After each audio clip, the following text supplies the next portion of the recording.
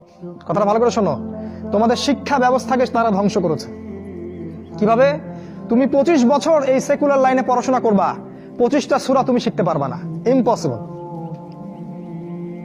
তুমি 25 বছর এদিকে পড়াশোনা করেছো, কিন্তু 25টা হাদিস তোমার জানা নাই, 25 জন সাহাবীর নাম তুমি বলতে পারবে না।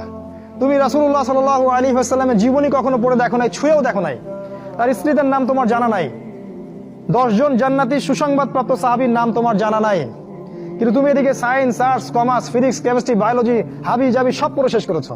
ইসলামের বেসিক নলেজ তুমি অর্জন করো নাই। এটা ওদের চক্রান্ত ছিল, শিক্ষা ব্যবস্থা দিয়ে তোমাদেরকে ইসলাম থেকে সরিয়ে দেয়া, এবং তারা সেখানে 100% সফল। এগুলো নিয়ে কথা বলার সময় যেহেতু আমাদের নাই, আমরা যেহেতু আমাদের ওই যে হাত বাঁধা, আমিন টামিন এইসব নিয়ে আমরা যে মারামারি কাটাকাটির মধ্যে আছি, এটাই হচ্ছে আমাদের বড় জিহাদ আমাদের, তাই না? এই জায়গায় কাজ করা উচিত ছিল। পক্ষান্তরে যারা মাদ্রাসায় পড়ছি আমরা, অত্যন্ত দুঃখজনক যে মাদ্রাসায় পড়ার পরেও আমরা সাম্প্রদায়িক হয়ে যাচ্ছি কেন জানি। নিজের বুঝ, নিজের দল, নিজের মাযহাব, নিজের তরিকার বাইরে আমরা আর চিন্তা করতে পারছি না।